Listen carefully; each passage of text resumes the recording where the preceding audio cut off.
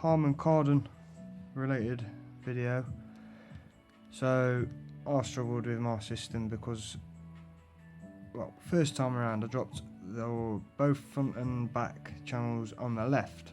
So first thing I've managed to do, because I've seen it all on eBay, was buy a load of few bits and bobs from a 2006 with the revised Alpine head unit and the revised Harman Kardon amplifier, just the later model, because mine's a 2004 and it had some earlier revision numbers. I thought, yeah, sound all good, worth a go.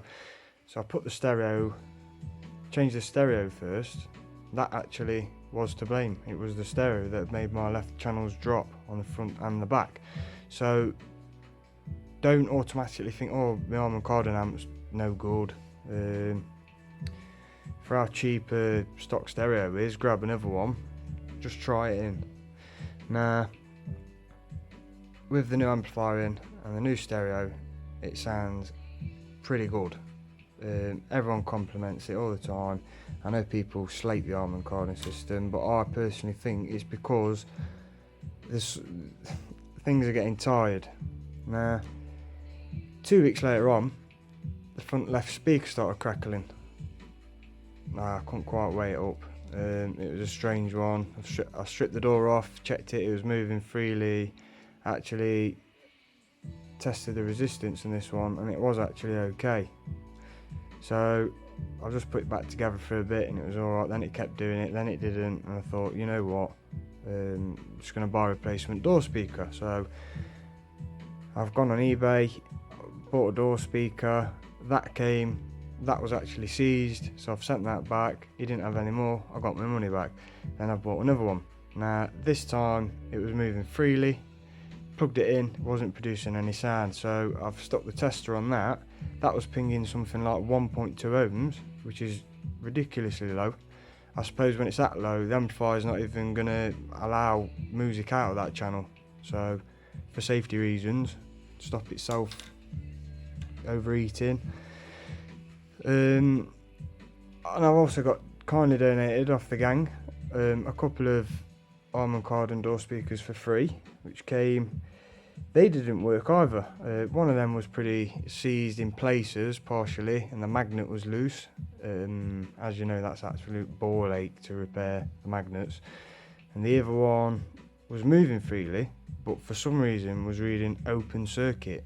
So that one baffled me, to be honest. I couldn't quite work that one out in my head as to what had gone wrong. So I got sick of it and thought, do you know what, just going to buy some aftermarket replacements. Now, main mistake is whatever's making, I think, is getting 2 or 3 way speakers, and also just getting the 4 ohm standard.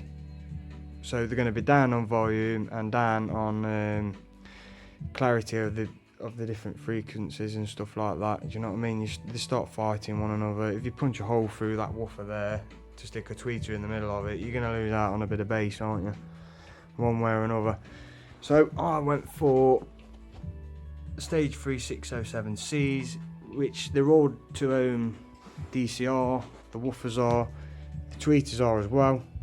I've not used the tweeters. I kept the original mini ones because I like a paper tweeter. I don't like it too high pitched. It's like forced clarity and it don't sound natural. So as I did, kept the standard ons and replaced the capacitors with some decent components. I think they were 2.2 microfarads, but do check it. It says it anyway on there. You still can use these. Like I say, these are the right resistance. If you wanted to wire them straight in as just a straight replacement without anything on, bang, I'd still put a 2.2 microfarad capacitor on there just to be safe. Yeah, the amplifier filters that out, or should filter everything out, but it's still wise to put a capacitor on the end just to be sure. And it also will help with the, you know, where you get super high interference sound, like alternators whining and stuff like that. It'll help with that as well. That's where it can pick them up, even if it is filtered out on the amp side, it can still pick them up along the way.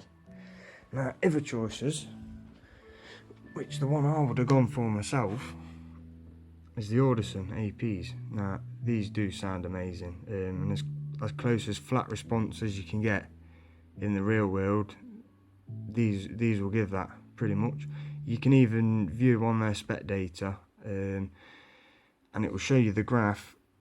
It will show you resistance versus frequency, so that's how confident they are in saying it's a pretty flat response speaker. So that would be the choice. At the time, for me, they are slightly more expensive, but I had two on the watch list, and when I went to go and buy them for the price I was willing to pay, they were gone. Snooze you lose. So I've ended up going for these ones here. I went for these over the 600Cs basically because I thought, one, they're newer, two, yes, apparently they've got the same sensitivity, but they are a lower ohm coil, so I should be able to get a bit more volume out of them, which, if anything, to me, I think the stock door speakers are the weak point anyway, even when they are well.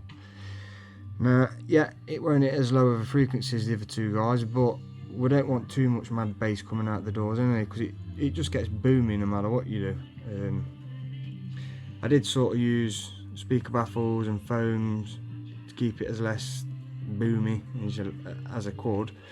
Now you'll see in a minute that my speaker baffles are cut open halfway, and that was because a couple of years ago I bought them baffles and used them with the stock door speakers, and they was just about hitting the glass, so I had to cut them halfway down. Now if you use a thick enough speaker adapter, you should be able to use the speaker baffle without having to cut it, because that speaker adapter will pull that out and give you a bit more depth, so you should be fine.